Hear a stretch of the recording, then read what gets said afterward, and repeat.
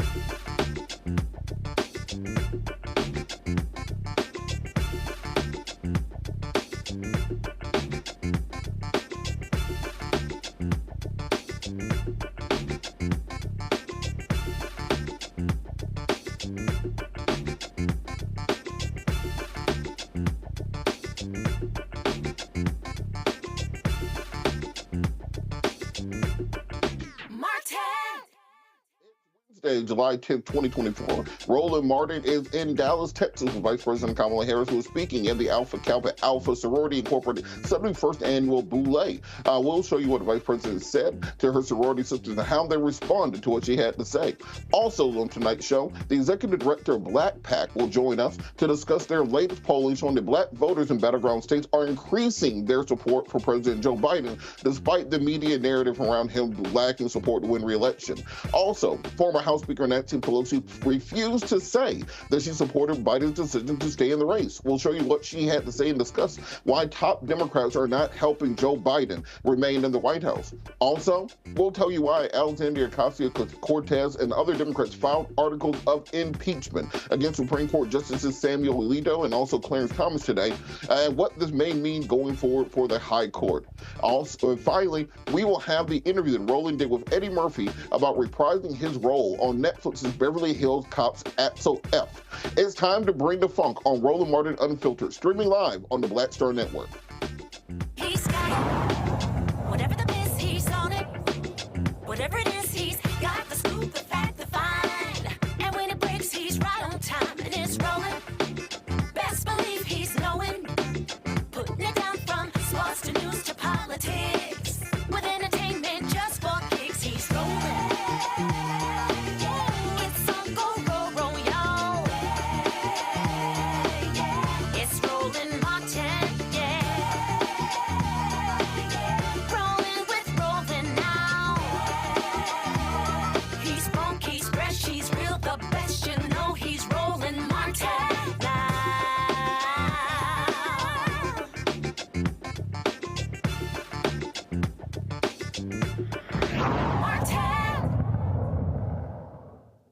Despite all the noise we're hearing in Washington, D.C., Vice President Kamala Harris has been campaigning across the country. Today, she is in Dallas, speaking at the Alpha Kappa Alpha 71st Annual Boule. Roland is there right now. Roland, what are you seeing there with Vice President Harris?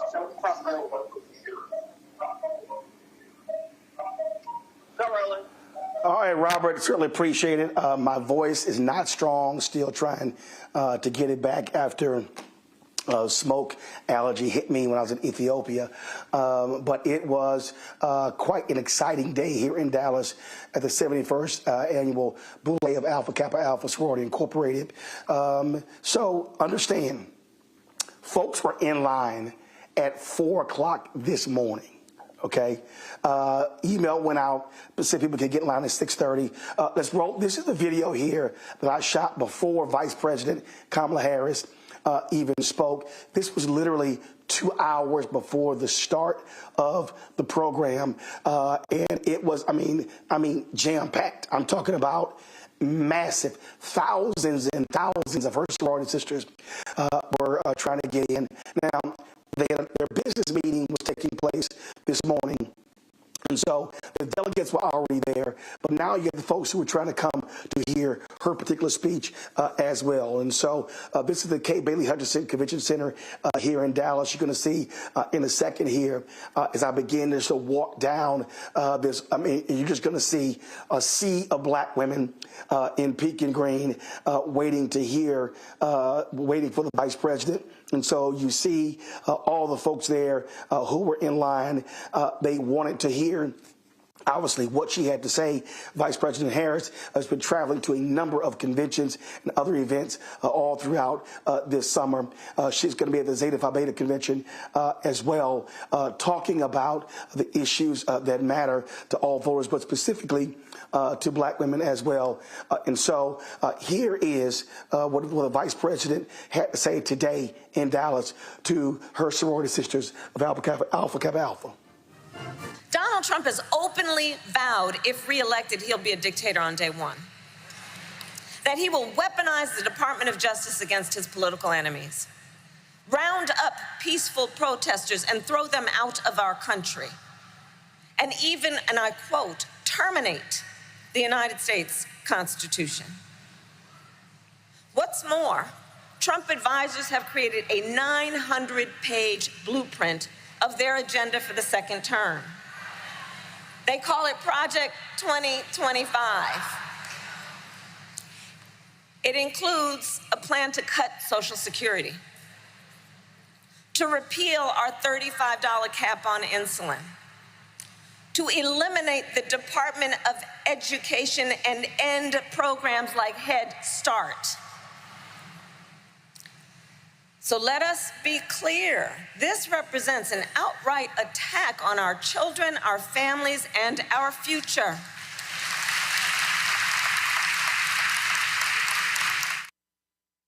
I do believe this is the most existential, consequential, and important election of our lifetimes. Sorors,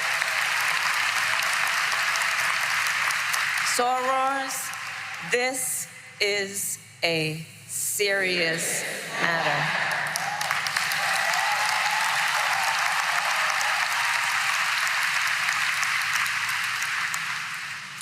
And so in this moment, once again, our nation is counting on the leaders in this room to guide us forward, to energize, organize, and mobilize, to register folks to vote, and to get them to the polls in November. Because we know when we organize, mountains move. When we mobilize, nations change. And when we vote, we make history. So I'll conclude with this. For 116 years, the members of our sorority have been on the front lines of the fight to realize the promise of America. This year, let us continue that work. Let us fight for freedom, opportunity, and equality. Let us, as always, fight with optimism, with faith, and hope. And let us see it through. Because when we fight, we win. God bless you, and God bless the United States of America. Now, at this particular point, the vice president, she shook the hand of all the different AKAs on the dais. And then as she exited, when she'd actually gotten off of the stage, went behind the curtain, this chant broke out in the room.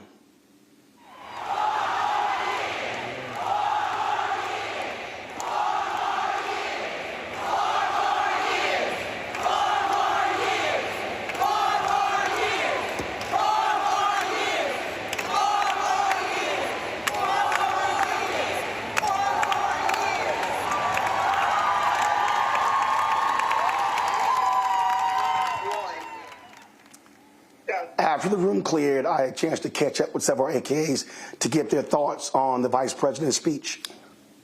She was just absolutely amazing. I loved every time she said sorors and addressed us in that loving way. And I'm going to definitely register plenty of people to vote, for sure. And I'm voting. All right. Hello. Portsmouth, Virginia, Gamma Delta Omega chapter. The best chapter in the best reason. And the best reason. You talking about the vice president's speech? Oh, it was great. It was great. Right on point. Right on point. And we must know that we have to vote, and we have to also go out before the vote to bring folk in. That's what we have to do. I'm in that same chapter where I serve as president. I'm Gracie Bowers, Gamma Delta Omega Portsmouth, and we are here on an assignment. And our assignment was to make sure that we come in and get all the information that's needed so that as we move forward, we continue to soar. And we continue to soar during the voting process that's coming up. We know it's very important to us. We are nonpartisan, but we are getting everyone educated so that we know when October and November comes around, we're ready to complete our mission. We got our charge. We need to bring 4 and 4 in 2024 to the polls. And that means, as Vice President Kamala mentioned, we have to be careful. So we need to pay attention. Project 2025 is real, and our people need to understand, and they need to know what it means. So it's our job to make sure that they know what Project 2025 is. Go to the polls and vote. Hi, my name is Britta Brown. I'm polls in 2024. We are soaring to the polls. This is the most important election of our lifetime. Women's rights is on the ballot. Human rights is on the ballot. African American rights is on the ballot, and it's up for us to go to the polls and vote. Right. I'm Celia Berry, Rho Theta Omega Philly, and we need to get to the polls. We need to forget worrying about how old Biden is and worry about what Project 2025 will do to us. Get to the polls, take everybody with you because our rights are on the line. That's our black job, is to vote. Yes, I thought it was a dynamic speech that she gave, that she made all the key points, letting us know that Biden has decreased the student loan debt for people that are struggling, eliminating that medical charges on your credit report if you've had an emergency and you weren't able to take care of it. I just felt like everything, she was energized, and she has everybody pumped up, ready to get out there and vote, so that way we can keep 4 more years. Keep control of the White House. Wonderful. We love our Vice President. We love our Soror Kamala Harris. She did an amazing job. She spoke truth to power, told us what we needed to do, and we are going to get information and do 4 more years for her and for Joe Biden. Thank you.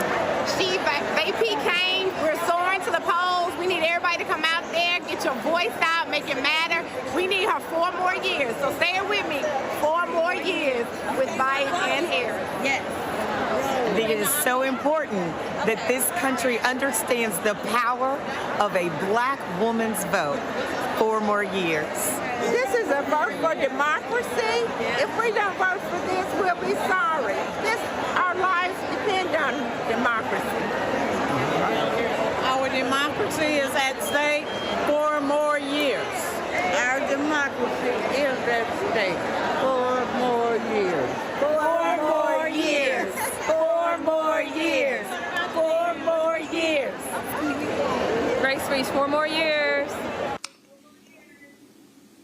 So quite a big day today here in Dallas, where Vice President Kamala Harris again spoke here. She is going to be traveling to Indianapolis to speak to Zeta Phi Beta in a couple of weeks.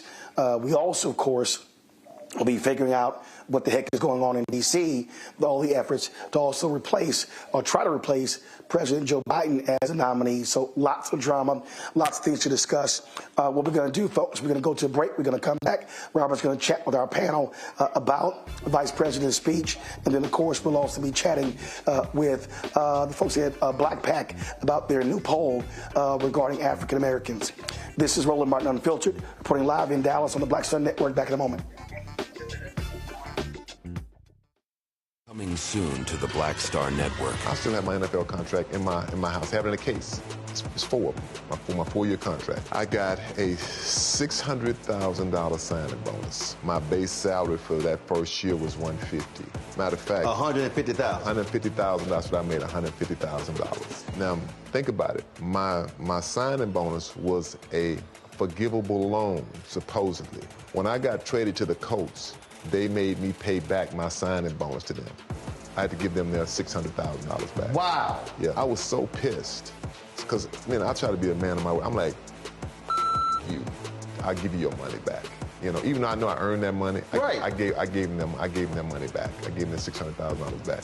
But yet, I was this malcontent. I was a bad guy. I'm about the money. It wasn't about the money. It was about doing right. Because I looked at, because you look at contract. Look at John Edwards. John Edwards was making $1 million, $800,000. I was making $150,000. I mean, I was doing everything. And I'm like, but yet I was, man, I got so many letters, you know, so I just play for free and all that kind of stuff. I mean, you don't forget that kind of stuff. Right. That stuff is hurtful.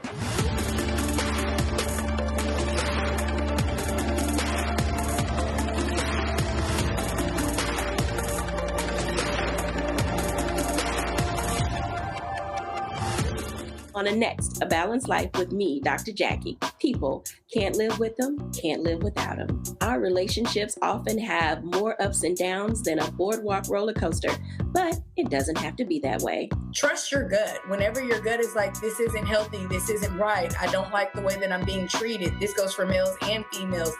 Trust your gut, and then whenever that gut feeling comes, have a conversation. Knowing how to grow or when to go, a step-by-step guide on A Balanced Life on Blackstar Network.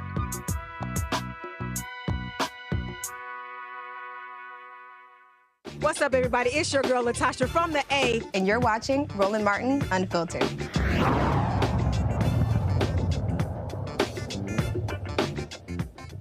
Welcome back to Roland Martin Unfiltered, streaming live on the Blackstar Network. Attorney Robert Patillo sitting in for Roland. Roland is in Dallas. We'll be kicking back over to him in just a second. But I want to bring in our panel today to discuss Vice President Harris' address to the to Alpha Kappa Alpha in Dallas, Texas.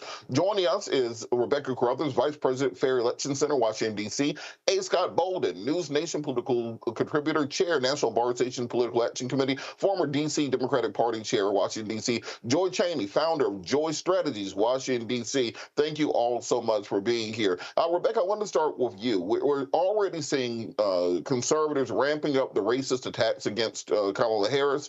We saw Sebastian Gorka call her colored. Others have, the New York Post posted DEI president. We're already seeing them working on this. How important is it for Black women to mobilize this election cycle to combat much of what we're already seeing coming out of the right? Well, this isn't anything new. The right has always done this. They've always attacked us, and I say us as a Black woman. They've always attacked us. They discredited us. They said that we got to the place where we got, and it wasn't based on merit, when it's really them. So this isn't anything new. And also, I do want to point out that the 4 a.m. turnout was specifically for Kamala Harris. If Biden was there, I don't know that there would have been a 4 a.m.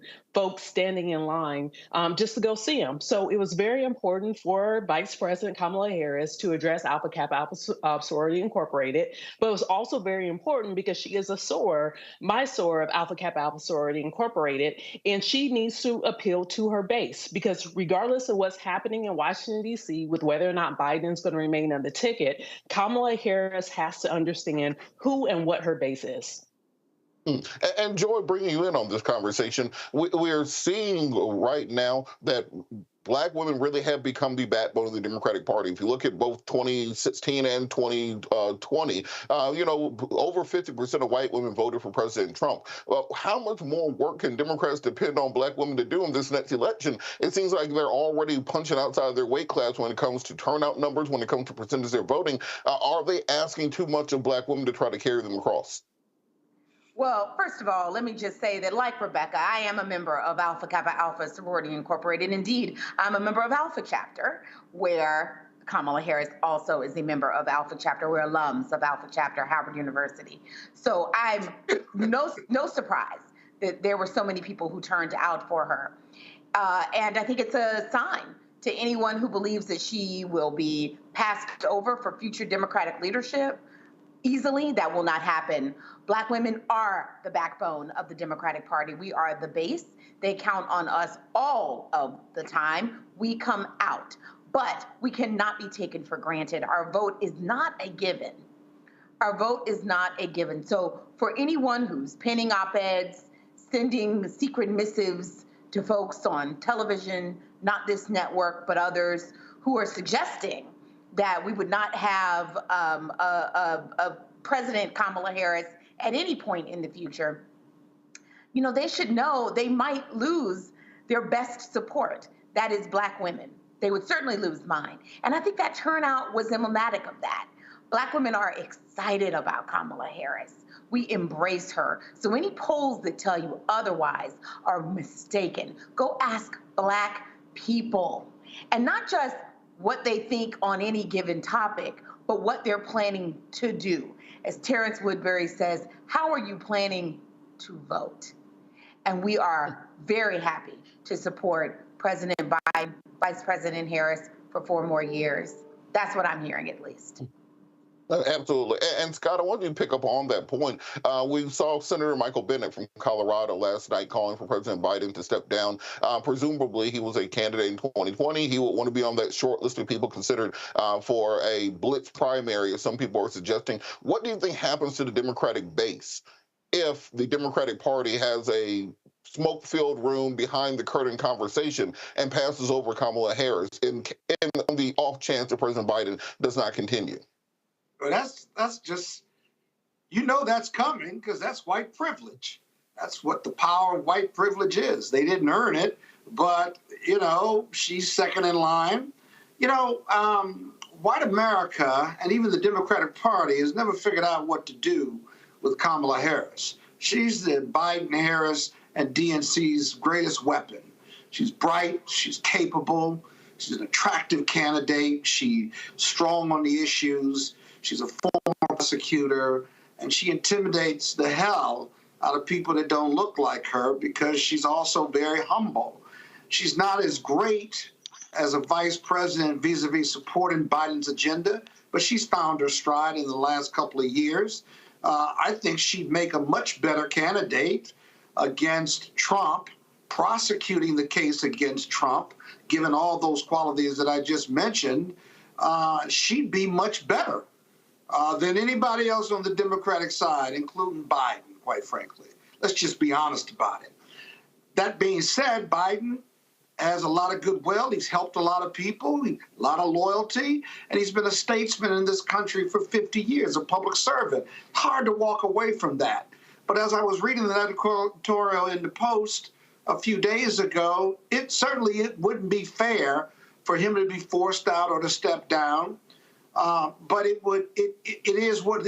the right thing to do, but it wouldn't be fair. And the Democrats have to figure out what they're going to do about this problem, because right now they're losing to a convicted felon. Someone's been found liable for sexual abuse as well as financial fraud. We're losing this race for president, and we ought to be embarrassed by that. But Harris takes all of those issues away. I don't care about her polling. She's super excited and super popular with the Democratic base. Young people, women, anti-abortionists, gay voters, you name it. Black men as well.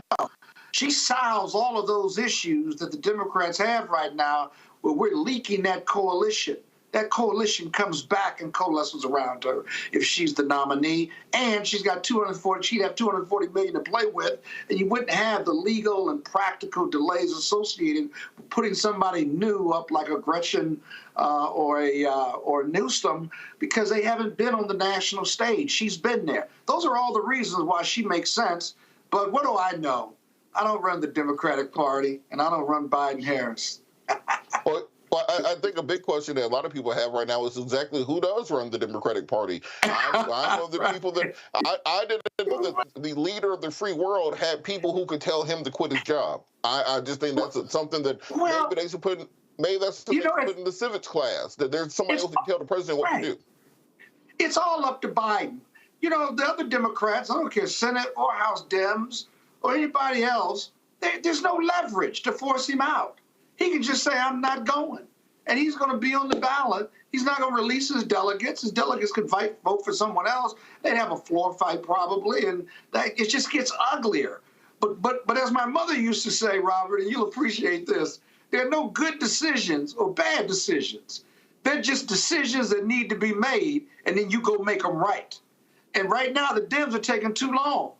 Either they're going to fall in or fall out, but they're taking way too long, because we're losing this presidential race to Donald Trump. Oh, my goodness. But let me just say, we're going to go to a quick break and then come back and keep this conversation going. And we also want to throw it back to Roland in Dallas. So we'll be back. You're watching Roland Martin Unfiltered, streaming live on the Blackstar Network. We'll be back after the break.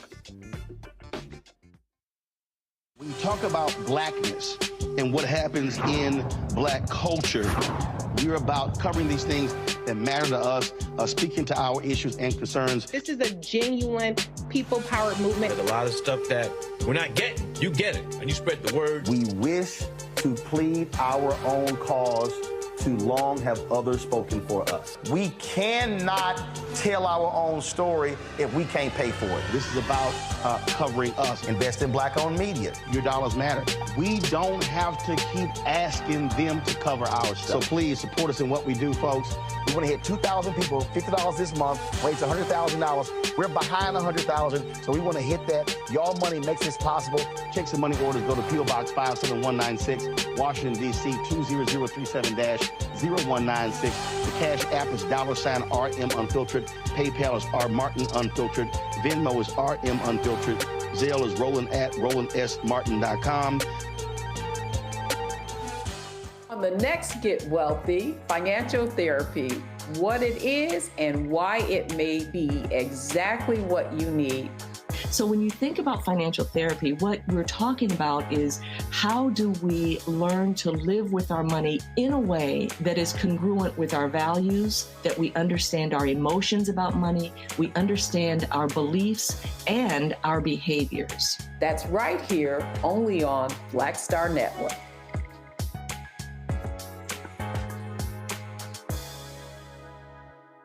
Hatred on the streets, a horrific scene, a white nationalist rally that descended into deadly violence.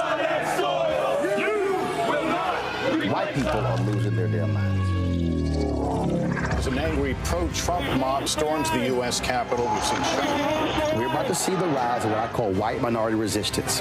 We have seen white folks in this country who simply cannot tolerate black folks voting. I think what we're seeing is the inevitable result of violent denial. This is part of American history. Every time that people of color have made progress, whether real or symbolic, there has been what Carol Anderson at Emory University calls white rage as a backlash. This is the rise of the Proud Boys and the Boogaloo Boys. America, there's going to be more of this. Here's all the Proud Boys, guys. This country is getting increasingly racist in its behaviors and its attitudes because of the fear of white people. The fear that they're taking our jobs, they're taking our resources, they're taking our women. This is white fear.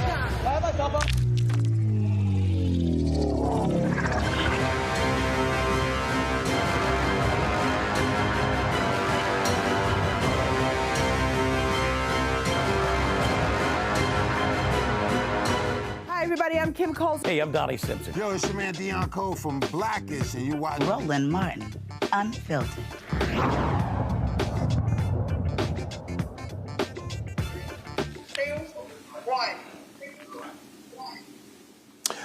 All right, folks, welcome back to Roland Martin Unfiltered. I am here in Dallas. I've been attending the AK convention covering the vice president today. What's happening on Capitol Hill? All sorts of drama as to whether or not President Joe Biden should stay in this race. Now, you've seen polling from different sources talking about how black voters feel about Biden in response to the debate. But they're not talking to just black people. Joining us right now is Adrian Shropshire, Executive Director of BlackPAC. They have the new poll out, which shows exactly how African Americans, what they think about President Biden after the debate performance. So glad to have Adrian here. And so, Adrian, again, it's driving me crazy seeing these polls and seeing them talk about black people from the New York Times poll or YouGov and others. When there's a very small sample of black folks. Talk about the poll that y'all just released. Yeah, so we had a poll in the field when the debate happened, and we were trying to do, in that poll, what we're always trying to do, get the snapshot of where black voters are at any given moment throughout the cycle. And so the data that we released, and we actually have more data to release, but we wanted to get this information out because it felt like it was important for the debate that was happening in the country.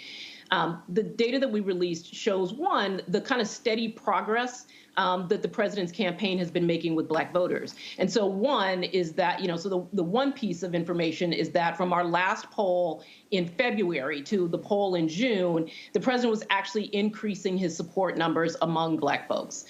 That's important because it means that the work that they've been doing to make sure that they're breaking through with black voters was actually working.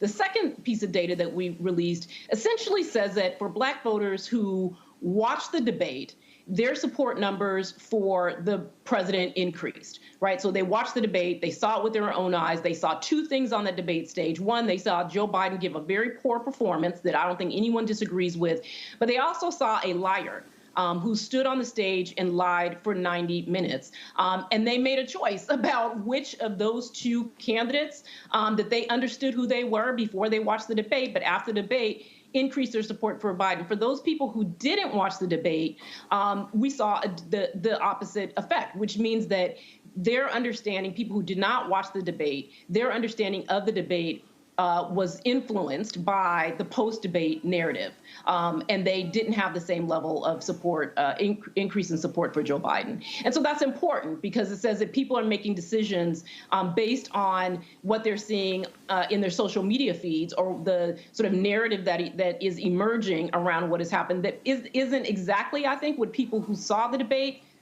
saw, right, with their own eyes. So that feels important, right, in terms of how impactful the things that people say about what is happening or how people interpret what's happening in the race has real implications for the way that the base sees what's happening. So, Adrian, when looking at, again, your polling, so what we're seeing is that all the trepidation about Biden, his age, that we've seen since last year, closer you get to the election, folks go from, I don't know, to, yo, now I got to lock in. One of the things, all I heard today was Project 2025. Yes. I wasn't at Essence, but I got reports from people as well. Yeah. And so what's interesting to me is that while these Democrats on Capitol Hill are trying to, frankly, dump Biden, you have the base that's saying this is a clear and present threat that could very well change this election if they don't change the top of their ticket. Yeah, so I feel like there is, I mean, I'm an organizer at heart. And so I'm always really clear that the thing that I don't ever want to do is get out in front of the base. And I think that what you just said is very accurate. And we've seen this too. I mean, obviously you've seen the searches for Project 2025 go up. I mean, Taraji P. Henson did everyone a solid when she stood on the stage and said Project 2025 is dangerous to us, go look it up. Because I think that people are zoning in, right? People understand and understood before. I don't, I think that Black folks and the voters that we've talked to, whether it's in our focus groups or on the doors, right, where we're knocking doors in battleground states, are really clear about what the stakes are. I think that 2025, the Project 2025, and as people are, looking it up and trying to understand what it is and the implications that it has, not just for the country, but for Black people specifically, it only clarifies more how much danger, right, we are in as a nation. It makes the stark contrast, a stark relief about the existential threat that Donald Trump poses, and that the Republican Party, which is, adopting 2025, whether they, are trying to distance themselves from it or not, you can look at what the Republican Party just put out as their national platform in 2025 and see where the overlap is, right? And so, I think that as those data points become clearer, as people see and hear Donald Trump, as they have been the entire time, and the kind of unhinged, rhetoric that he has on his rallies, the things that he said, at the debate, sort of doubling down on racism, right there on the debate stage, talking about the types of jobs that Black people deserve, talking about immigrants. People know what's at stake, and they're clear that we need to be on the side of democracy and saving this democracy as we have always done. But people are also really clear that we need to get the House in order to get about that business of making sure that Donald Trump doesn't see the inside of the White House again. Adrian, I'm going to ask you another question before I got questions from Robert and the rest of the panel. And then that is, we're now in uncharted territory. You talk about being an organizer. You see what's happening on Capitol Hill. This is being driven by the party elites, these top donors. I talked to some prominent Democrats before I came onto the show. Congressional Black Caucus has been strong and locked, saying you stick with Biden and Harris. As an organizer, if these donors, and we saw what Nancy Pelosi did today going on Morning Joe, if they are successful in leaning on Biden to drop out, all the things that you talked about completely shut down all the forward progress, because now for the next month until the convention, you don't know what the hell is going to happen.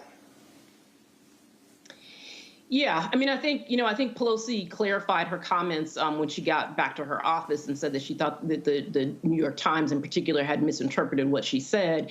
But I do think that there is, I do worry about, there being not enough attention paid to what is actually happening on the ground. And I know that folks are saying that they're looking at polls, et cetera, but I also know what we're hearing as we're knocking on doors, and it just doesn't comport. And so I'm concerned about the base, because I think that in some ways this is not just a potential problem for this election. I think that it has the potential of having long-term damage within the Democratic Party if the base feels like it is being disrespected. And we have to remember that there was a primary process and people voted, and they voted overwhelmingly for Joe Biden. And I think it is critical to not just simply dismiss the will of the people from the process that they understood to be the process that was going to get determine who the nominee was. And so I just think that there's some, folks need to be careful about what they're doing right now, and particularly given the conversation from the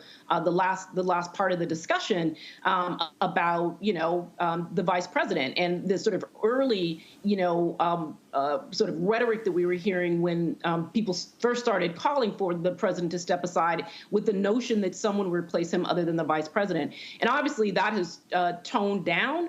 And that, you have folks now coming out and saying, of course, I would support, the vice president if she was the nominee. But I think that even the mere suggestion that the sitting black vice president of the United States would be jumped over already has, potential to create, disunity. And I think that disunity is, not necessarily just in the short term, but can do long-term damage to the Democratic coalition.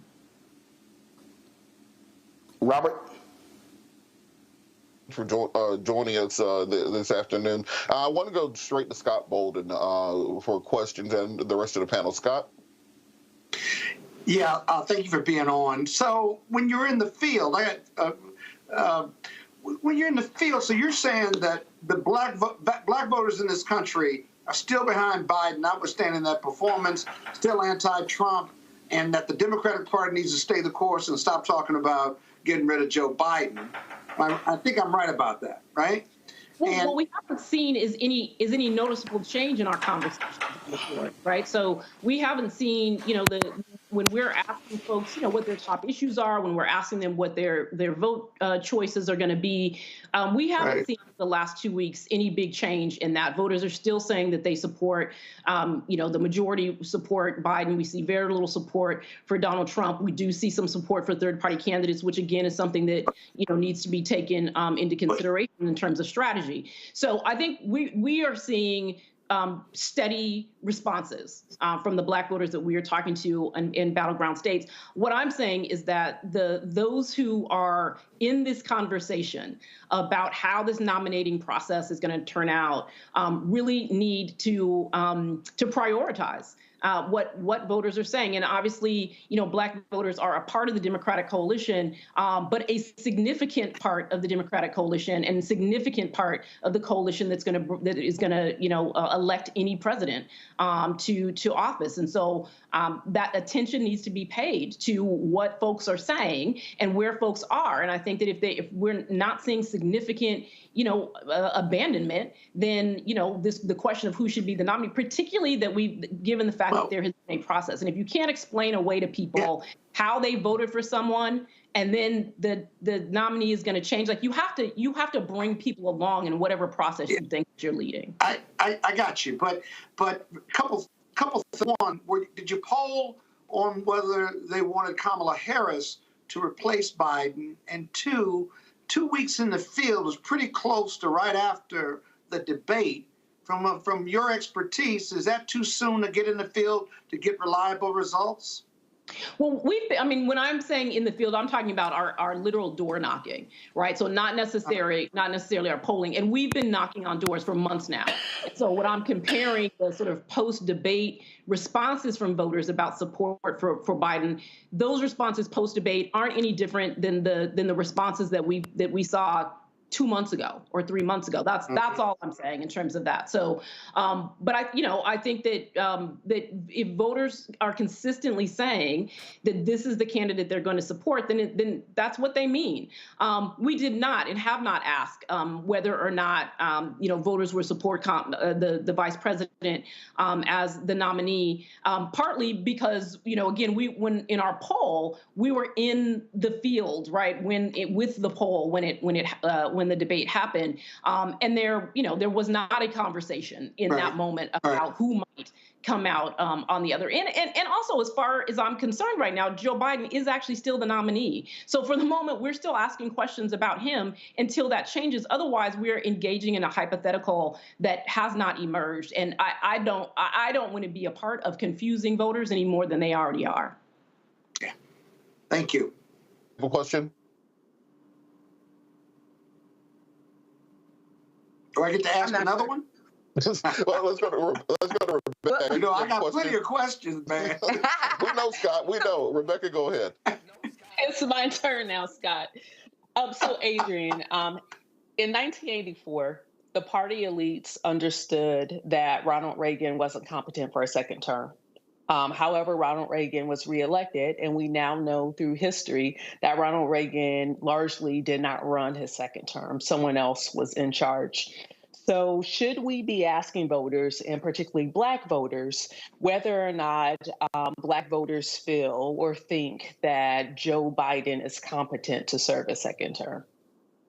Well, I mean, I think all those questions are completely legitimate to be asking voters. I think that, if there is a debate that is raging, right? And I don't think that we want to leave voters out of that debate. If there are questions that are being asked, then we should be asking everybody, right, who's going to be a part of the process to make this determination. So I think it's totally legitimate to be asking voters that right now. But I think that we have to accept their answers, right? Either way that they go. If Black voters say, yes, I think Joe Biden is old because y'all been telling us he's old for 2 years, and yeah, he's a little slow on the uptake, but I'm sticking with him, then that's what they're saying, right? If they say, yeah, no, I don't know, I was taken aback and I'm not sure if he should be the one, then we should take that into consideration as well. But I don't think that folks should be making assumptions about where people are and arriving at conclusions because we want voters to be someplace that they are not. All right, now, Joy, do you have a question? Yes. And the other question, I have for you is, I totally agree with you, Adrian. And the other question is, who are they going to vote for? Because people can think all kinds of things, but ultimately they're like, hey, this is who I'm still planning to vote for because the issues are beyond how I feel about him, how I feel about her, how I feel about, multiple people. And then the other question is, beyond Kamala Harris, who else do people have emerged as someone who they would want? Is there some name that's been floating out there that people are excited about? Because I'm going to be honest, I haven't heard it. I've only heard Joe Biden and I've only heard Kamala Harris, and I'm inclined to believe them. We certainly haven't heard anyone raise any other potentials. And I also just think that, when we think about, if this is the work that you do, right, then you understand that there's a deep Democratic bench, right? And names have emerged and we've all seen them. I'm not sure that voters at large, and that includes Black voters, know much about any of these folks, right? And so when we talk about the time that we have to get to the convention, I'm not sure that there's time to actually inform, right? Like bring people along, keep, about a candidate that they have never heard of or don't know much about. I think that the reality is that, to your first part of your question is that people know what's at stake. They understand the danger that we face as a country, as a nation, and as a community, right? People understand that, and they are going to mobilize around that point. I think we can't say enough that the threat is existential. It is a choice between an America that maintains a democracy, that gives us a fighting chance to have a more perfect union, right? That gives us a fighting chance to have a multiracial democracy that is grounded in justice, right? Like that gives us a chance at that. Or an America that literally crashes out and goes with dictatorship and authoritarianism. And I think that is the choice. And people understand that. And so when given that choice, I believe that not only us, right, not only our community, right, will do what needs to be done and show up in the way we need to show up. But I also think that, that ultimately Americans will as well, right? Like the clarity, is before us. And so I think that that's true. I worry about the conversation and the debate that's happening and the sort of chaos that it feels like is happening in the Democratic Party. I worry about it leading to a sense of defeatism, right? That it leads to, a sense among the base and among voters in general, the Democratic base and voters in general, that all is lost, right? That things cannot be done. And you see the chaos, and what does it even matter anymore? And so that's what I worry about, a prolonged fight, right, among the Democratic Party. And it's not just the Democratic Party, to be clear, right? There are folks who ain't never been a Democrat, right, who are in on this conversation, right? They want to say they don't have a vote, right, because they are not delegates, but they want something to say. And so my worry is that a prolonged internal fight actually begins to just depress the vote. I think that's right. I want to get back in there too. And on that point, we keep hearing this idea that there's 20-something% of black men that are going to vote for Trump, nearly double the number of black women that are saying in some polls say they are going to support Trump. Are you seeing that reflected in your polls? And then after that, we're going to go back to Roland. No, not at all. Not in any poll that we have ever done. Not in any focus group that we have ever conducted, and not on the doors as we are talking to voters. It just, people may say different things in polls, right, when people call them. But when you sample, when you're having conversations, you're doing polling with a large sample size of black voters, that doesn't emerge. We've seen the level of support for Trump be very consistent with the actual turnout support during elections, right, 16, 20, right, during the midterms for other Republicans. We see that level of support remain consistent. It's under 10%. And so, 7, 8, 9% maybe, right? And so I think that we haven't seen it, again, not in our polls, not in our focus groups, and not as we're talking to voters at their doors in battleground states. No, absolutely. We're going to throw it back to Roland and Dallas. Roland? And that's one of the reasons why I want to make sure that we had you on here, Adrian.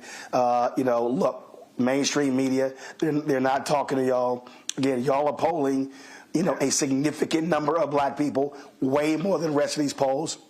In fact, I was on Twitter earlier, and Matthew Dowd was quoting black people, how they feel about Biden, from the New York Times poll. And I said, Matthew, if you're going to quote black folks, quote the BlackPAC poll. Don't sit here and quote the small sample in the New York Times poll. But again, that's the problem that we continue to face. Adrian, we appreciate it. Thanks a lot. Yeah, thank you so much. All right, folks, Robert's going to take it from here. I'm still trying to protect my voice here and get it back. So hopefully I will be with y'all tomorrow in Washington, D.C. Robert? Thank you so much. We're going to go to a break. You're watching Roland Martin Unfiltered, streaming live on the Blackstar Network. Next on the Black Table with me, Greg Carr. Dr. Gerald Horne, a man regarded by many as the most important historian of our time. He provides us a history lesson I'm betting you've never heard before. Texas enslavers who planned to continue the conflict even after Appomattox, even after the formal surrender of Robert E. Lee. Dr. Horne talks about his new book, The Counter-Revolution of 1836, Texas, Slavery, and Jim Crow, and the Roots of U.S. Fascism. You do not want to miss this conversation. Only on the Black Table, right here on the Blackstar Network.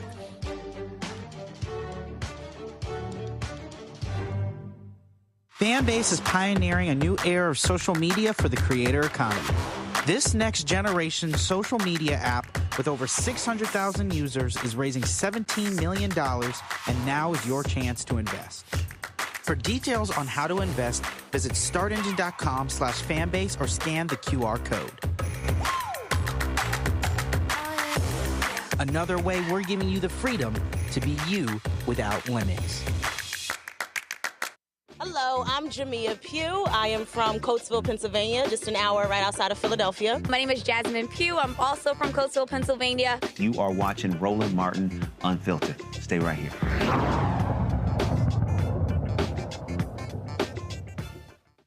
Welcome back. During an MSNBC interview, former Speaker of the House Nancy Pelosi refused to fully commit to supporting President Biden remaining in the 2024 race. The California Congresswoman says it's Biden's decision to run.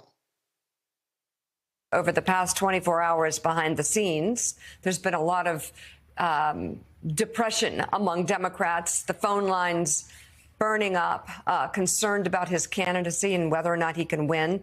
And some even out loud are shaky at best about President Biden, whether or not he should step out of the race. The headlines, the polling, it all feels very dark. How do you think the president is doing in light of his poor debate performance? Can he do more? And what do you say to Democrats in Congress and even members of the Senate who are beginning to waver in their support? Good morning, Mika. That's one version of the story. What I do want to say is that yesterday I was honored to be present at the president's speech at NATO. He was absolutely spectacular. He was received over and over again with ovations for what he had to say and the force with which he said it. And then he gave the Presidential Medal of Freedom to Jens Stoltenberg, the Secretary General of NATO. I felt very honored by that because, as one who has received it, Jens getting it brought luster to that honor. So it was a beautifully received, energetic presentation by the president. Politics is politics. People have their interest in terms of their own region and the rest. And so we are the Democratic Party, a party that is, shall we say, not lockstep. But this president has been a great president. And I can tell you firsthand, as a person who orchestrated many of the pieces of legislation that the president takes great pride in, and he should, because he was there at the table, chapter and verse, very conversant, with a vision, a purpose, with the knowledge of the issues, with values underlining it all, and again, always asking the question, what does this mean to working families in our country? So any thought that he wasn't able to deliver on all of those is, I can just say, just didn't happen. So, Madam Speaker, you just went through the president's record, but let me ask you about the current moment. Does he have your support to be the head of the Democratic ticket? As long as the president had it's up to the president to decide if he is going to run. We're all encouraging him to make that decision because time is running short. I think overwhelming support of the caucus. It's not for me to say. I'm not the head of the caucus anymore, but he's beloved. He is respected, and people want him to make that decision, not me. He has said he has made the decision. He has said firmly this week he is going to run. Do you want him to run? I want him to do whatever he decides to do, and that's the way it is. Whatever he decides, we go with. I think it's really important, and I would hope everyone would join in, to let him deal with this NATO conference. This is a very big deal. Over 30 heads of state are here. He is the host of it, and that means not just hosting, it means orchestrating the discussion and setting the agenda, and he's doing so magnificently. And I've said to everyone, let's just hold off. Whatever you're thinking, either tell somebody privately, but you don't have to put that out on the table until we see how we go this week. But I'm very proud of the president. Now, Joy, I have a couple questions here. One, why isn't that Hakeem Jeffries doing that sit-down interview? Will you're Speaker Emerita, or whatever it is that Nancy Pelosi decided to call herself, that means you're passing the baton to the next generation. Not that you are still there in the front and in the limelight. It's very much almost an overseer role, that I will allow this younger black man to take over the leadership of the House, but I'll still be there over his shoulder, making sure that things go a certain way. Why do you think that for the first time we have a black man as the leader of House Democrats, but we still have someone else speaking on behalf of House Democrats? Well, I think she was very clear in saying that she's not speaking on behalf of House Democrats. And let me just tell you, Hakeem Jeffries is a strong leader. He can handle Nancy Pelosi. It is not me to comment on their interpersonal working relationships. She is incredibly popular within the Democratic Party, including amongst African Americans, and she's still a strong voice. So if, we are double the blessing with both of them, that is not my problem. If he likes it, I love it, and it works for him, and perhaps he's a strong leader and he is not threatened by this strong woman out there who is echoing him and can maybe say some things that maybe he can't say because he is in the position, and so his voice would actually matter more. So not worried about it at all, not a thing. Okay, Rebecca, I find it interesting that Donald Trump was on trial for sex with multiple porn stars and falsifying business records, and the Speaker of the House showed up outside the courthouse in a Trump uniform, along with every other Republican elected official with the red tie on, the white shirt, the navy blue suit. Yet we can't get House Democrats to stand by President Biden for being old. Why do you think there's such a difference in the commitment that the base has to their candidate? Robert, that's the question. So I'll answer that question, but I'm also going to answer the question that you posed to Joy. I don't think this is about Democratic leadership with the reason why former Speaker Nancy Pelosi took that interview. Here's the thing. In this town, there are only a couple people that Joe Biden is currently listening to as far as taking advice. There's also only a couple people in this town currently who could tell him, hey, it's time for you to take a step back. It's time for you to get off the ticket. And Nancy Pelosi is one of those two people who tell him that at this point, in which he would actually seriously think about whether or not he remains on the ticket or not. I don't think this has anything to do with Hakeem Jeffries being a black man, the first to be black speaker in the House representing the Democrats. I think it's more of a who is President Biden listening to politically, and who has enough of that.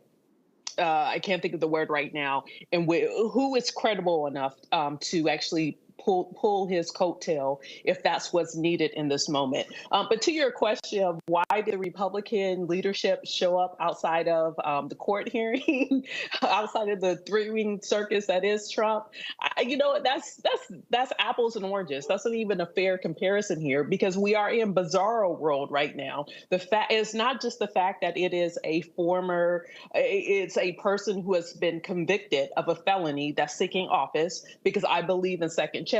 I believe in reenfranchisement back into society, but it's specifically that someone who has committed, who has gone on record of committing over 30-something felonies that he's been convicted of in the last few years, and now is seeking to become president again. I think that's the issue, is that he, in real time is still apt to commit additional felonies in getting power back. So I'm not going to compare the Democratic leadership to what we're seeing on the Republican side, because it doesn't even make sense in this case. And now, Scott, the question I'm still trying to figure out is exactly how this Democratic strategy would work legally, because you have, I think, a half dozen states where you would have to change the state laws in order to change the name on the ballot. You have at least 20 Republicans attorneys general that would take a case to the Supreme Court to force Biden to be on that ballot if you did try to switch it. Just from a legal basis, how exactly would it work, this idea of Biden stepping aside? Well, before I answer that, why are you being messy with that question? Dr. Pelosi against Hakeem. You're just being messy. I've never seen a retired I agree with my colleagues. I have never seen a retired speaker show up to speak on someone's shoulder. Talking that shit. That's what you're doing. Okay, but they handled that, so I don't have to weigh in on that. Legal standpoint, here's what happens. if Joe Biden resigns or steps down, the ticket, Kamala moves up automatically, right, as part of that Biden-Harris team, right? Secondly, she doesn't get a chance, watch this, to pick a vice president. I think it's the Senate or the House, one of those would have, she could name somebody, they couldn't be on the ballot because it's too long. If she wins, then it would go to the delegates, basically, or the super delegates. That is the delegates or the electors, rather. It would go to the electors. I take that back. It would go to the electors, and the electors who do the transfer of power, like on January 6th that Donald Trump tried to kill off, those electors would vote for her vice president, right? Doesn't happen very often. I think it's happened one in the 1800s, but the electors would vote her vice president. And quite frankly, who knows what would happen then? You could argue, you could have a vice president that was a Republican, if you will. Who knows, given how crazy these times are. But she could recommend somebody, but she wouldn't be, he or she wouldn't be automatically selected. The electors would do that. The other thing is, it makes sense for her to move up because all the white privileged folks who want to bring these other people in, you'd have to have a floor fight. You'd have to have a mini primary. That's expensive, and we don't have time for that. It's so much simpler with her moving up. The electors would do a vice president. She's got $240 million, and she can prosecute the case against Donald Trump. I think better than Biden, quite frankly. So all of those are attributes that if Biden were to step down, right? If Biden were to step down, then she would automatically move up. She's super popular with the base. The Republicans hate her. There's a reason Republicans hate her. Because they know that she's grown in this position too, by the way. She's been on the national stage, and she's got a lot of humility and a lot of credibility. And she's quite electable. When you got white senators and white congressmen saying, well, the president ought to step down and Kamala ought to move up, that's pretty powerful. Those white folks, those ain't even black and brown people saying that. So on the legal side, that's what would happen. Can I ask a question of Scott? Yeah. So I think here also we're making a distinction between like post-convention versus pre-convention, because the party still, even right now, he's our nominee, but he's not our official nominee yet, right? So that will happen at the party convention. So there is still time. There is a different. Yeah. Say it one more time. I'm talking about post-convention. You're right. Post-convention. Pre-convention, she moves up and she names whoever in the nomination, and the convention votes on it. Exactly. Thank you for that clarification. Yes, and I think what we're hearing others say is wherever we find ourselves at convention, that's it. Okay? We're not looking to do all of that. If the president is going to make a different choice, then the time to do it would be, I would say, shortly before the convention, not giving too many people too much leeway and lead time. But that's my view. But I think, but it has to be before then. We don't want to wait till afterwards. And there's a distinction there, and then that will be plenty of time to pivot. And frankly, could be exciting if that's what we ultimately decide to do. But we also, wherever we are, at convention, we ought to be excited about that. And let me tell you, if you are George Clooney, Michael Douglas, James Carville, random people that most young folks don't even know who they are. Okay, are they dead yet? Who cares? So if those people know what, they actually offend people, because we cannot believe that they feel privileged to speak on our behalf and to offer their opinion, and we have to offer our opinion. That's why I'm speaking full-throatedly about them with no fear, could care less. The reason they're talking through back channels, the reason they're talking through op-eds is that they are not in inner circles anymore making decisions. We made a choice to move those people out. Goodbye. We are making different decisions with different folks. and they are trying to assert themselves. I won't speak, I work in Washington, so I won't name any senators' names, but many of them are only getting headlines because they're speaking about this. Do not overlook that as a motivation to continue talking. If you think Joe Biden should be doing something different, use your emotional intelligence. Those are private conversations. I want to associate myself with the gentlelady from California, Nancy Pelosi. Those are private conversations. You do not have them publicly. And any insider understands that. This is amateur hour by people who want to make headlines for themselves. Okay, but that since Joy can't name names, Hold on. Scott, let's go to Rebecca first, and come back to you, okay? Guys, let's go to Rebecca, and we're coming back to you, Scott. All right, go ahead, Rebecca. So I mean, look, Joy is not naming names, but I will say when I see a senator like a John Tess of Montana, who's already in a very competitive race and is trying to figure out how does he keep this as a Montana race and where he's not being thrown into, he has to defend the National Democratic Party, then of course he's going to pipe up and he's going to say something because it is in his best political interest to draw a daylight between himself and what's happening in Washington, D.C. That is the only way he survives this election and gets reelected coming out of Montana, because it is one of those Senate seats that the Democratic Party needs if they're trying to hold on to the Senate in the next Congress. The other thing is, Joy is right. A lot of people don't know who the heck James Carville is. I wish he would go somewhere and quit talking, but I don't get all of my wishes. And then even with like a George Clooney, most young people, if they do know him, it's probably because of his tequila. I heard he has a good tequila.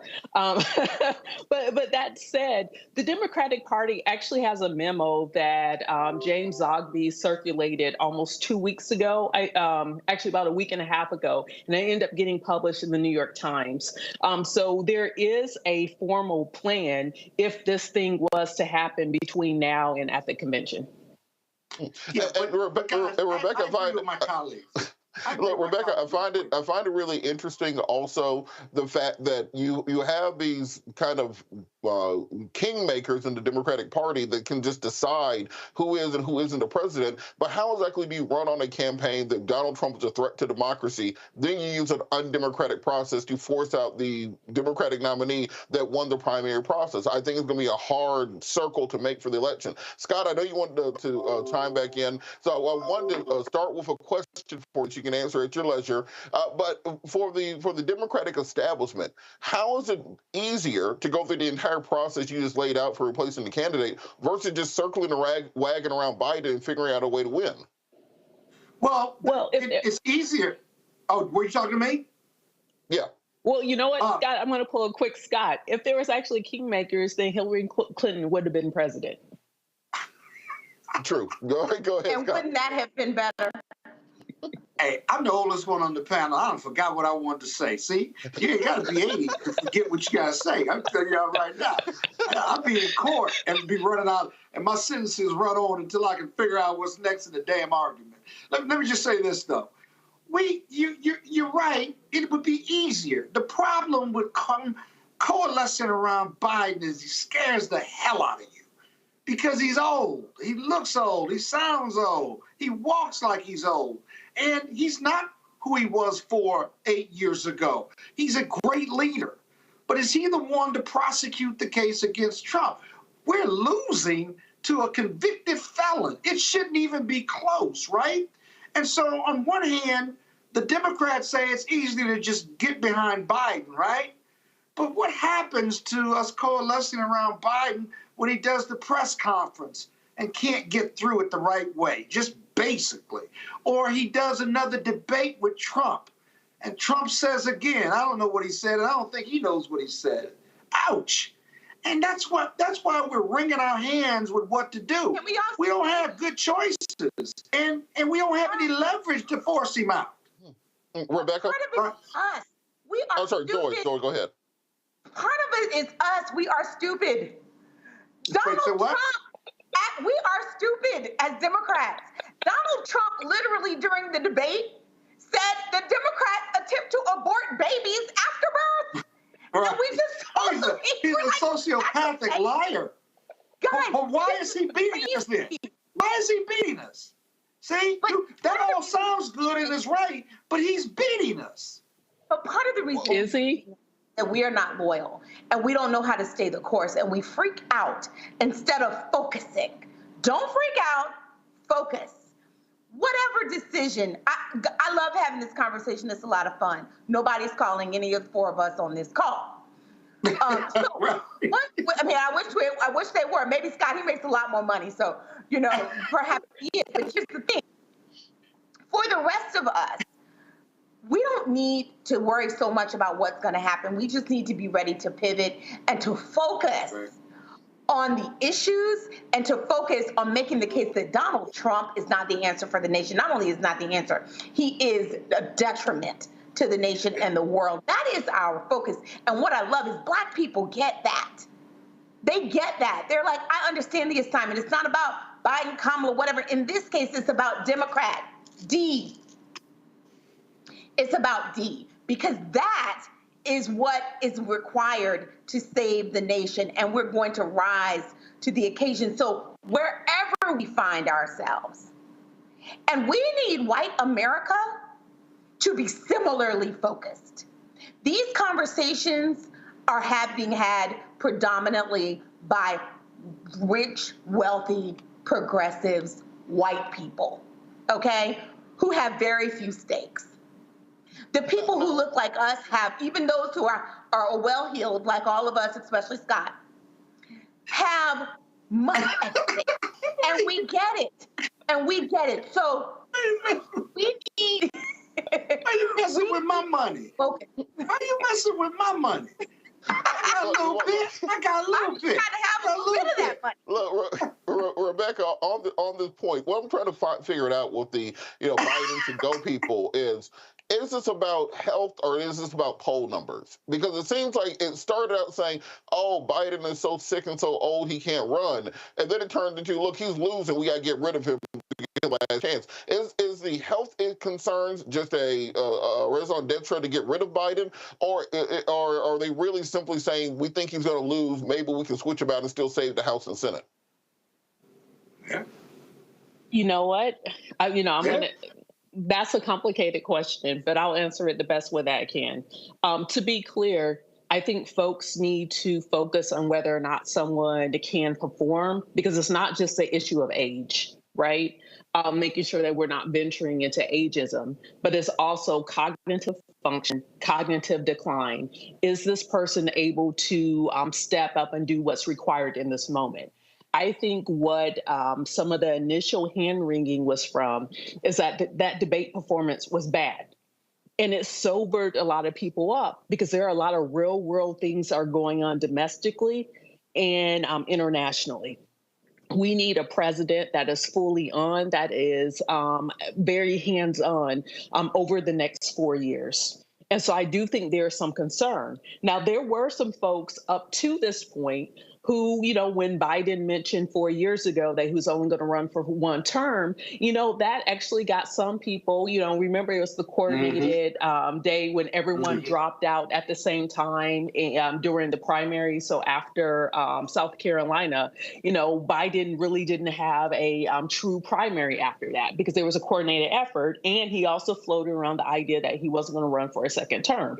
And so to all those folks who are saying, hey, well, we knew Biden was old 4 years ago. You knew if he got elected and then reelected, he was going to be even older, right? So I get some of those arguments that people are making, but I think to the general public, I think there is an underlining. People are dissatisfied with our two-party system because we're not, as Americans, we're not really getting what we need in order to move the country forward in a positive way, in a way that makes sense. We're actually getting policy done because largely, Washington is broken. the way it's currently working. I will say, if for those of you who might read, some of this nation's founders, I believe it's Federalist Paper number 10, where it says, beware of factions, i.e. beware of political parties, because it's not good for democracy in America.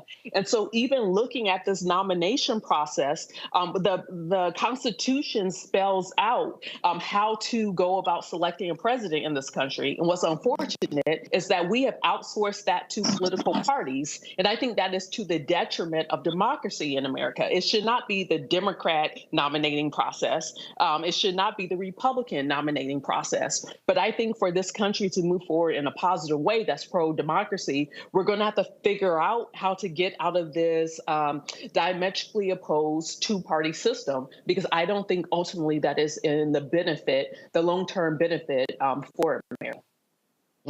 And Joy, on that point, Rebecca earlier mentioned Reagan had early stages of Alzheimer's. Ron Reagan has confirmed in his second term. James Baker attempted to invoke the 25th Amendment in 1987, I believe. President Kennedy, he was riddled with back pain, was on so many prescription medications, often he couldn't get out of bed, had Addison's disease, had polio, etc. FDR, of course, famously had polio, died in office, was in a wheelchair the entire time. Woodrow Wilson, after the negotiations over the Treaty of Versailles with Clemenceau and Mountbatten, he had a stroke and was effectively bedbound and in a coma the last 2 years of his presidency, and we seem to have been fine as a nation despite those things taking place. Should Democrats just de-emphasize the particular president and say you're voting for an administration, you're voting for a team, Absolutely. You're voting for a Department of Justice, you're voting for Supreme Court justices, you're voting the federal court. It doesn't matter who's at the top, you're voting for an entire legislative agenda. I keep trying to tell y'all this. It's about the party. It's the whole apparatus. And let's be clear. I mean, I understand what you're trying to say and doing historical analysis. There's a very difference between having a cognitive decline, right, and having a physical decline. Physical, no, I'm not worried about that. I don't think any of us should be worried about that. Matter of fact, I think we should embrace. Governor of Texas has a physical disability, is partially paralyzed, and he can do plenty of evil. So, he's very, very, very able to do that. So we should not engage in any ableism. But of course, having a cognitive decline is different. I am not aware of any medical reports that Biden is undergoing a cognitive decline. You could say, well, I don't believe it. I can see my eyes, whatever. I mean, I'm not a doctor. I'm not an armchair doctor. I don't play one on TV. And so, for me, I'm happy to wait if he feels like there needs to be some medical evidence of that. I think that they have been some forthcoming with reports from his doctor. Maybe we need to hear more. But we're making so many assumptions. And it's also very unfair because when he was at the State of the Union, everyone was singing his praises. He was fantastic last night at NATO. So I guess he definitely had a bad debate performance, and it is clearly one that he is self-admitted he's just not good at it, never has been, and is getting worse. Who cares? I actually don't think he should debate Trump. It's not a good, when you're in a position, you're the president of the United States, you have the big plane. You do what works for you. If it doesn't work for you, you don't do it. And we're in an era where the expectations have gone. We don't have to put on pretenses. Donald Trump puts on no pretenses. The man is a convicted felon. The rule book is thrown out. I would take Joe Biden in his cognitive state, whatever it is, over Donald Trump 7 days a week, twice on Sunday. All right, we're going to keep this conversation going after the break. You're watching Roland Martin Unfiltered, streaming live on the Blackstar Network. We'll be right back.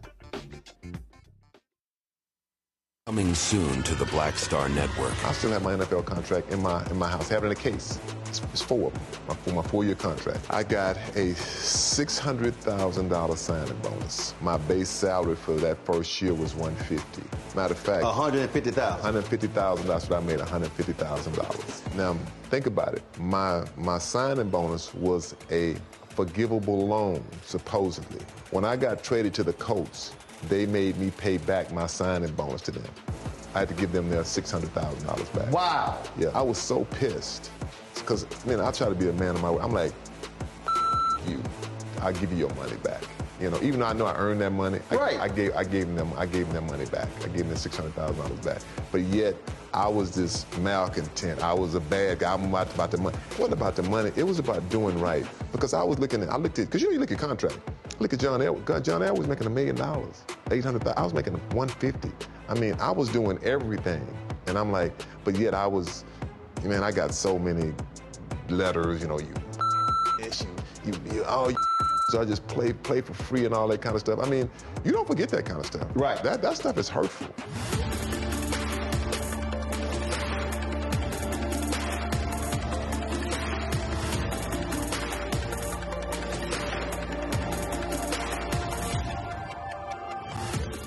This is Reggie Rock Byford. You're watching Roland Martin, unfiltered, uncut, unplugged, and undamn believable. You hear me?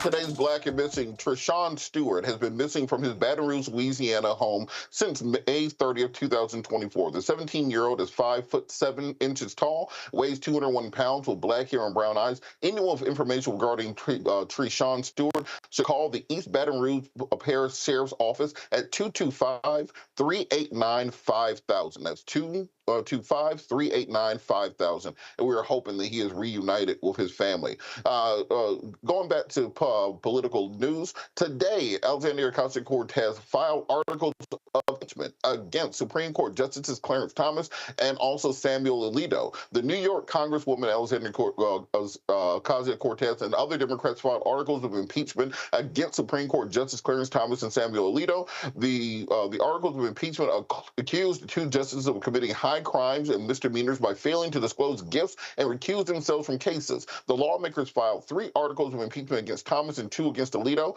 AOC released a statement about the impeachment.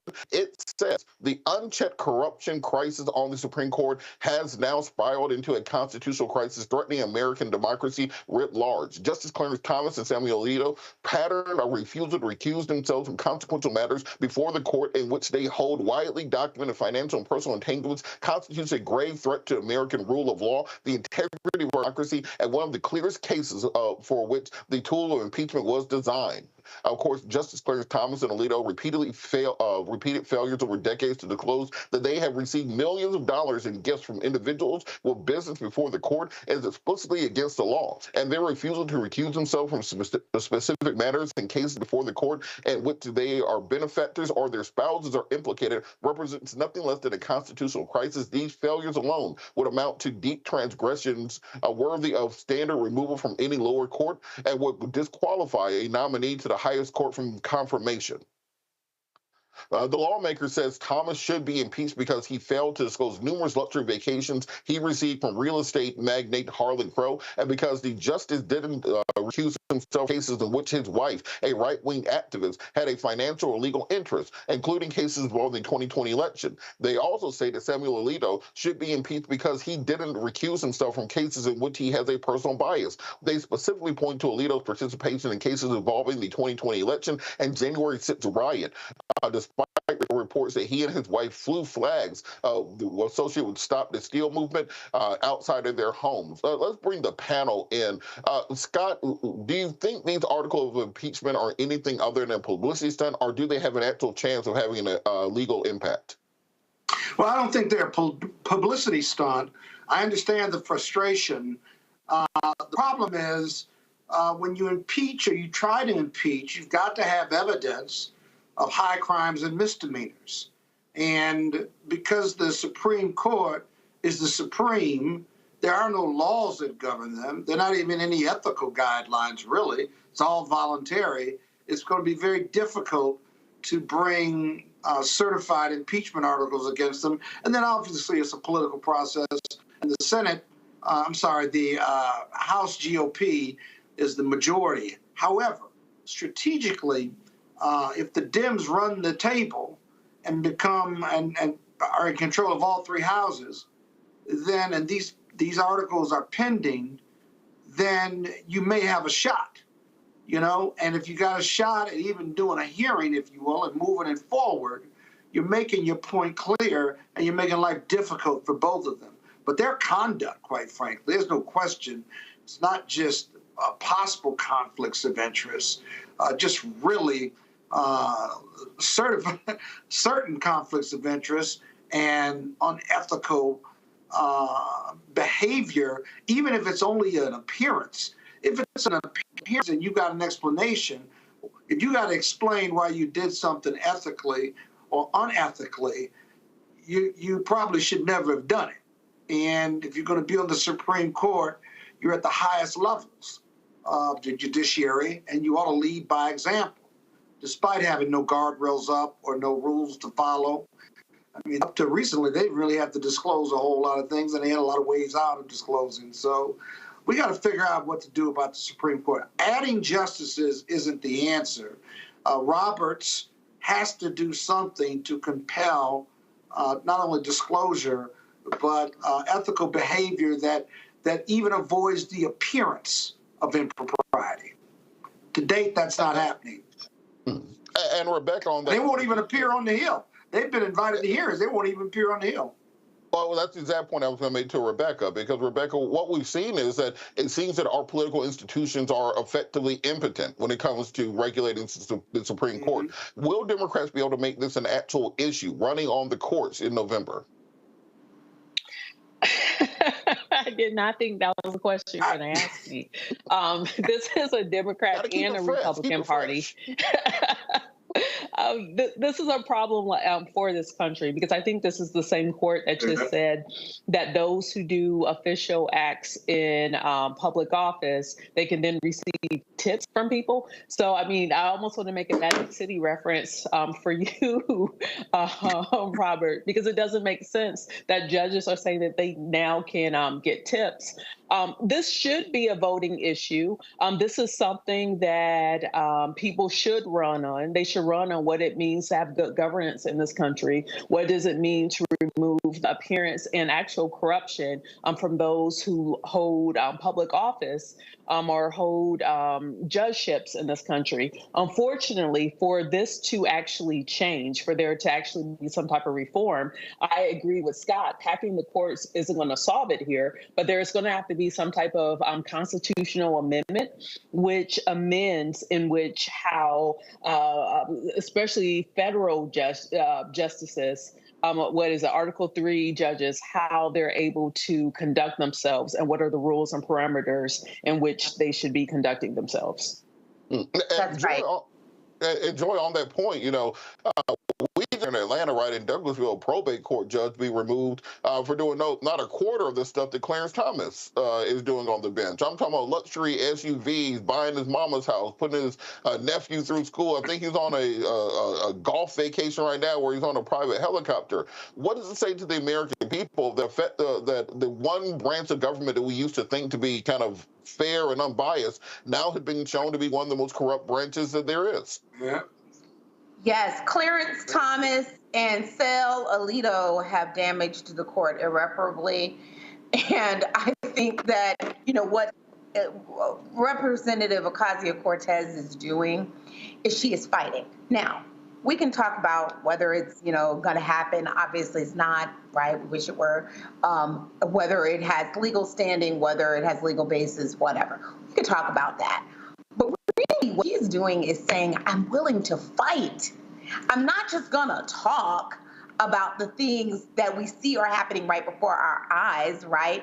That we have Democrats who want to talk more about Joe Biden and don't want to talk about the fact that we have a Supreme Court justice who's bought and paid for, right? Not even, as one of my friends says, not even for that much money, right? The amounts of money, I mean, think about it. You're selling the country down the river and you're damaging your own reputation. And frankly, for not that much money. And it was good money well spent. We need to see someone doing something about it. The Senate Judiciary Committee has been relatively impotent to address this. She is saying that, the Democrats in the House don't have as much recourse, but she has recourse as a member to file articles of impeachment, and that's what she's doing. She's using every means at her disposal to raise awareness about what is going on and to remind people that I'm willing to fight for you.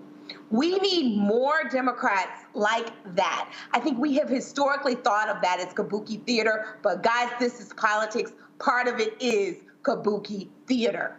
This is about the fight, rallying your base, letting them know that you see what they see, that you're concerned about what they're concerned about, that you care, and that you are not so wedded to your image that you won't bother. You're too polite to say the obvious. She's saying, I'm not too polite to say the obvious. I'm going to say the obvious.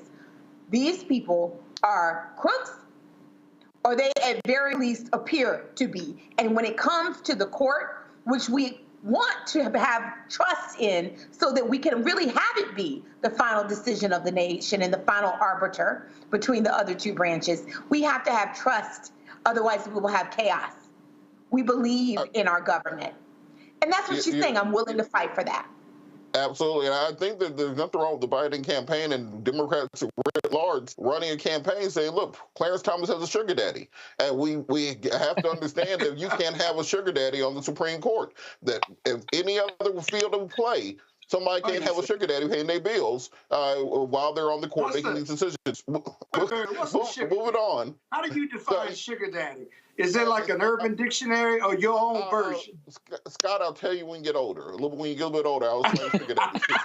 But look, moving on, we got to talk about the Trump-Epstein connection. So it baffles me that so many people are urging President Biden to step down from office because he had a bad debate night. Biden isn't a convicted felon. Biden isn't facing numerous felony charges, and Biden also hasn't been proven to have committed sexual assault against E. Jean Carroll and have 27 credible sexual assault allegations against him. But somehow, Trump has avoided any accountability for this. But right now, California Congressman Ted Lieu says folks need to pay closer attention to Trump's connections to the sex trafficking of Jeffrey Epstein. Let's hear Ted Lieu. We hear a lot from our constituents on different issues, but something I've heard that doesn't seem to be being covered are the Epstein files. These files were released, and like Donald Trump's sort of all over this, right? There are pictures of him with Jeffrey Epstein. He's taken multiple plane flights with Epstein, with young girls on board. He is on call logs with Epstein. One of the highest trending hashtags on Twitter right now is about Trump and Epstein. I'm not going to repeat the hashtag because we're in a dignified setting. But yeah, y'all might want to look at that because that's highly disturbing. And again, it shows that Donald Trump is unfit for office. And by the way, he was convicted in a civilian court for sexual assault, convicted in a separate court of 34 felonies. Donald Trump should drop out of the race. And Rebecca, we hear Congressman Lieu. Why are we hearing more Democrats in Congress coming out against Joe Biden than we're hearing coming out against Donald Trump being on the literal Epstein list? America, you in trouble, girl. We're in trouble right now. And we need the real adults to stand up if we actually want to move our democracy forward. The games that we're playing now, I don't, like I was mentioning earlier, I just don't think it's in the best interest of the country. And Joy, on that same point, it seems that almost the Democratic Party has listened too much to Michelle Obama when she says when they go low, you go high. Because Donald Trump is willing to use anything against Joe Biden. Hunter Biden's crack addiction, illegitimate children with a stripper. You name it, the Republicans will run on it. But Democrats don't seem to want to dig into some of these tawdry details around Trump. Do you think they have to do that to win in 2024? Yes, because it's true. We need to fight with everything. We have to care enough about our country to use whatever is at our disposal. He is an existential threat.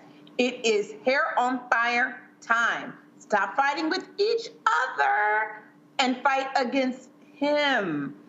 We have to stop being stupid. Too much is on the line. But let me associate myself with the words of Representative Lieu.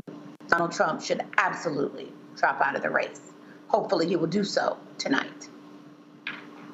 And Scott, on that point, I feel like if there was a video of Joe Biden at a party full of young girls dancing with Jeffrey Epstein, that would probably be the only thing the Republicans ran 24 hours a day, 7 days a week for the entire campaign. But there's literally a video of Donald Trump with Jeffrey Epstein dancing in a room full of women in the 80s, and for some reason, folks just aren't using that. Why do you think Democrats are afraid to use the tools they have to actually try to win this race? I don't think they're afraid to use the tools. I mean, he's got 4 criminal felony files going on at one time, or at least 3 now, and he's been convicted of 34 felonies. The rules simply don't apply to him. And when I say they don't apply, they don't stick to him. You know, we know that there's verified evidence based on the congressional investigations that Donald Trump was engaged with prostitutes in Russia, and let's just say we're on the internet, but clearly that they were what word am I looking for? I don't know how to clean it up. They were urinating on him in a sexual circumstance. That was verified. That wasn't some rumor in the congressional hearings on the Russian interference with 2016 elections. But we get amnesia. America gets amnesia. The media doesn't have amnesia. They've run all these stories and stuff. The power of Donald Trump isn't that nothing sticks to him. His supporters, that 45% of America, they know all of this, right? And they still love him.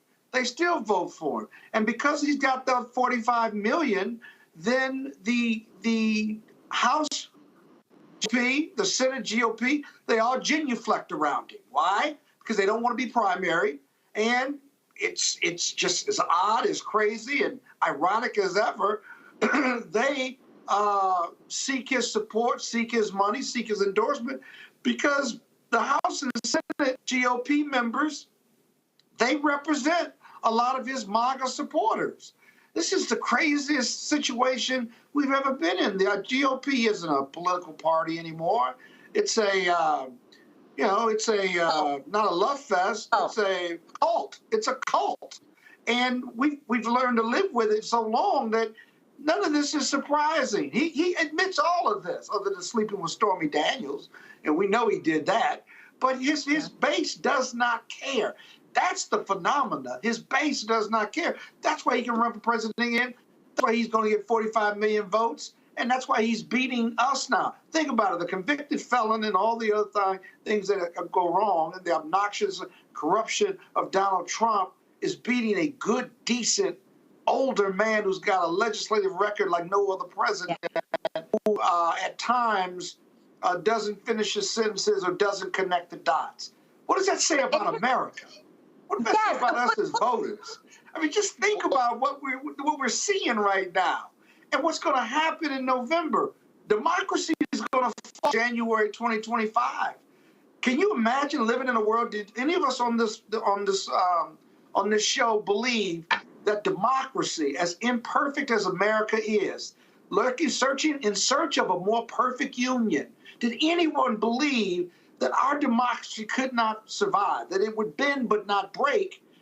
And if Donald Trump wins, right, he will have a mandate, right, to implement anarchy and dictatorship.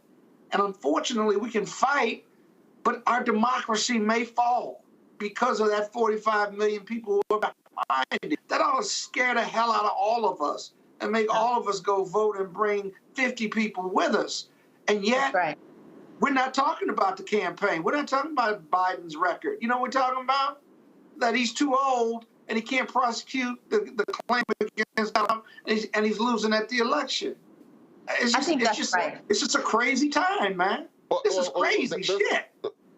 Well, Scotland, that's my point where I say that they need to be circling the wagons and aiming the firing squad outwardly, not inwardly. What we saw in the UK elections last week, you saw the center of the electorate, the Labour Party, unite with the Greens and the Lib Dems. They threw the Tories out. We saw in France last week, Macron, the centrist party, united with the far left party. He held on. Got Le Pen out. So what we're seeing in America, however, is an Ouroboros of this thing eating itself. The dragon is eating its own entail, and Donald Trump is benefiting from it, and it doesn't make any sense. All right, we got to hit a break. You're watching Roland Martin Unfiltered, streaming live on the Blackstar Network. We'll be back after the break. Fanbase is pioneering a new era of social media for the creator economy. This next generation social media app with over 600,000 users is raising $17 million, and now is your chance to invest. For details on how to invest, visit startengine.com/fanbase or scan the QR code. Another way we're giving you the freedom to be you without limits.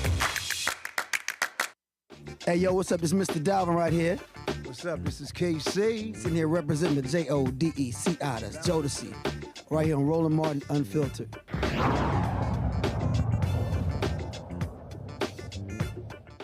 Welcome back. Netflix's Beverly Hills Cops Axel F debuted July 3rd. Roland was in Los Angeles a few weeks ago at the premiere and sat down with the cast to get their thoughts on the franchise that began 40 years ago. Here's Roland's conversation with Axel Foley himself, Eddie Murphy.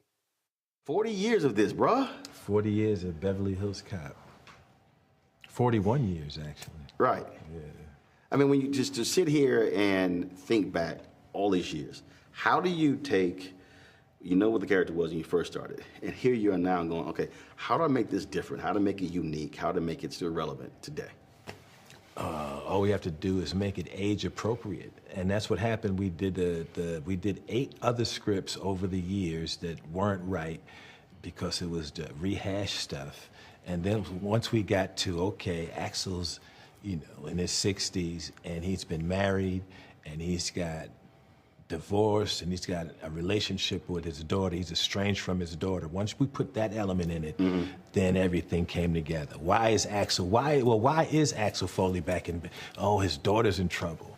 In the first 2 Beverly Hills Cop, he had his friend got killed, and the second one, his boss got killed, and the third one, it was like, Uncle Dave was in trouble. It was some shit that was, it was like kind of, it wasn't no real thing going on. It was like, so once you made Axel's daughter's in trouble, and it was, okay, it kind of justified. And that's kind of like the glue that sticks the whole movie together. Me working out my relationship with my daughter while this crime is getting solved. That whole stuff that me and Taylor are doing, that's the glue of the movie. You also have a situation where, and I'm sitting there watching, so Taggart's the chief. Your boy back in Detroit's the deputy chief. I'm sorry, I have a ring. This is similar to the ring. 30th anniversary. I almost wore it. I'm an alpha, so I got it as my anniversary gift. I have a ring that's made up the same way. I'm sorry, what you saying? It's all good. Yeah. It's all good. Taggart's chief. Your boy back in Detroit's deputy chief, and you were still on the street. So was it your deal? Like, no, I don't want a desk job. I want to just stay that type of that character, that cop. Yeah, but that's what's cool about it. It's like Axel ain't just Axel. Axel is a dude all of his contemporaries are retiring or shutting it down, and you still out here in these streets still doing this shit. And it's like, well, why is he out there doing this? Because he didn't have anything else, because he broke up with his wife, and he doesn't have a good relationship with his kid. So this is kind of all he has, so that's why he's out there. Well, did you ever have your dating lover, I'm too old for this shit moment, where you like... Every day. Like, every day they would want me to do some shit that I was like, I'm not doing no shit. Yeah, I was saying, run down those steps faster. I was like, that's a stunt. Run down them steps. When you're 63, you run down them cement steps fast. That's a potential stunt. And I'm not getting jacked up out here working in a movie. Every now and then I see like some older actor doing stunts, they own stunts. I'm like, this motherfucker's crazy. I'm not trying to do none of that. I'm not trying to get hurt on the movie set. Because you look at the first 3, you did a whole lot of running. You were like Tom Cruise, constantly running. Running in the first movie, it's a scene where I shoot out the back of the truck on the chain. Well, I would never do no shit like that now. Never, ever, ever, ever, ever. That's when you were like, stuntman? Yeah, stuntman, come in, you do all the flipping, then you cut to me afterwards going like this. Yeah, movie magic. So for this movie, what also I thought was interesting, because you look at the first, it's comedy. This had so many dramatic elements because of the storyline you talked about with the daughter. So it wasn't just constant comedy, Was that what you also wanted to achieve? That's why I said that's what made this script work. The other 8 scripts didn't have that. When Jerry added this element of this relationship with his daughter, that made the movie, like I said, they're solving this crime. That's what it looks like on the surface, but the movie is really about his relationship with it's like Rocky. On the surface, Rocky's about boxing, but behind this, it's really this love story about him and Adrian getting about. That's what the movie needed, and that's what it was missing, and we got that. And Taylor is wonderful in the movie. And you've done a ton of movies, a ton of stuff. What makes it still fun, interesting? What still causes you to say, "Yeah, I want to do that"? Yeah, but not for fun. Because the actual process of making a movie is not fun. What's fun is when the movie is done and you sit and it worked and you know the movie's going to work. But the actual getting to it, it's really a labor. And it's a collective, there's a bunch of people that have to do it. So each time you make a movie, it's okay, I got to get and collaborate with all these different artists. We got to try to make it, get the needle through that thing, all of us together, and it's work. So, but what made this? What was the beginning of your question? No, in terms of that, just that what makes it tick for you? What still makes you say, I want to do it? Some people say, you know what, I'm good. I got a great career. That's how I was. That's how I was after the third one. It was like, hey, and they kept offering, and it was just never right. And then the script came together. It was like, hey, this could make sense. I could play this, and then we did it. It has to make sense. The stuff that I'm doing has to make sense. It has to be like, this is something that can really happen, and this is also entertaining, and it's first and foremost, it has to be funny at the center of it.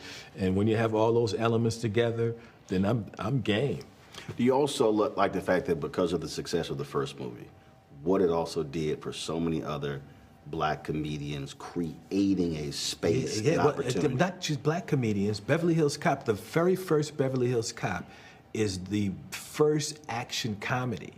It started a whole genre. Before Beverly Hills Cop, the cops was like Dirty Harry, it's serious, Go Ahead and Make My Day, it was Charles Bronson, it was and Beverly Hills Cop was the first movie that took, okay, we're gonna have cops and robbers and bad guys, and we're gonna take this funny stuff and add it to where it's breaking up and, some serious thing is happening. These bad guys are real, but funny stuff happens too. That's the beginning of Die Hard. That's where you get Lethal Weapon. That's where you get Rush Hour and Bad Boys. The root of the action comedy genre is Beverly Hills Cop, and that's Jerry Bruckheimer and Don Simpson. They created it. Well, it's Bruckheimer, Simpson, and you. Well, I'm in the movie, but they're the ones that figured out what to put in the pot. And they said, we're going to put you in the pot too, Eddie? Yeah, throw me in that motherfucker. Eddie, appreciate it. Hey, thank you, bro. All right. Yeah, thanks man. a bunch. Good to talk to you. All right, great interview there with Roland. You can, of course, find that online. So for the panel, a lot of folks under, let's say, 30, a lot of people under 30 don't know Eddie Murphy from anything besides The Donkey and Shrek. What's your favorite Eddie Murphy moment that you think some of the younger folks should check out to really understand him? For me, I love the SNL skit that he did back in the day where he was playing the reggae artist singing Kill the White People. Look it up on YouTube. You'll laugh. You can't put that on TV anymore. But Rebecca, what's your favorite Eddie Murphy moment you think people should check out? So there's two. One is from The Golden Child, especially that part when you saw how he wants the knife. That's one of my favorite Eddie Murphy moments. And then, of course, Coming to America. You got to have that one. Joy, what about you? Coming to America, but then about 2 years ago, he did a really funny SNL sketch where he was doing a family at the dinner table, at the Christmas table, it might have been Thanksgiving. And it is so funny because he does this, guess who's coming to dinner skit from a Black perspective with the white son-in-law that's coming in. It is so funny. It is laugh out loud funny, and it just allows, our perspective to be in the mainstream and for people to understand how we think. And he was so funny, and he did it was so subtle. When the guy called him dad, the look he gave him was one of the funniest looks I have ever had. And it was just hilarious. So if you have not seen that, it's in his later years, it's recent, but it's really funny. Absolutely. And for some of the younger viewers, if you're not ready for 80s comedy, you're going to have to ease your way into Raw. You're going to have to ease your way into some of those things because your modern sensibilities... Hilarious.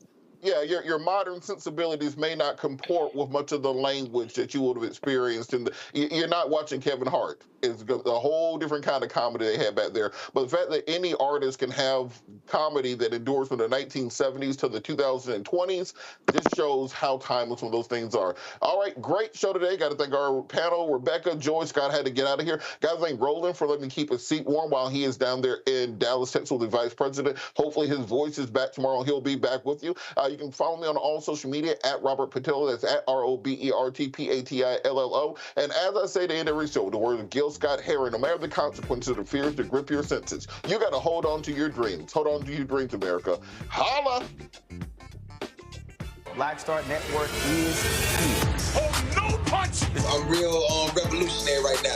Thank you for being the voice of Black America. All momentum we have now, we have to keep this going. The video looks phenomenal. See, this difference between Blackstar Network and Black-owned media and something like CNN. You can't be Black-owned media and be scared. It's time to be smart. Bring your eyeballs home. You dig?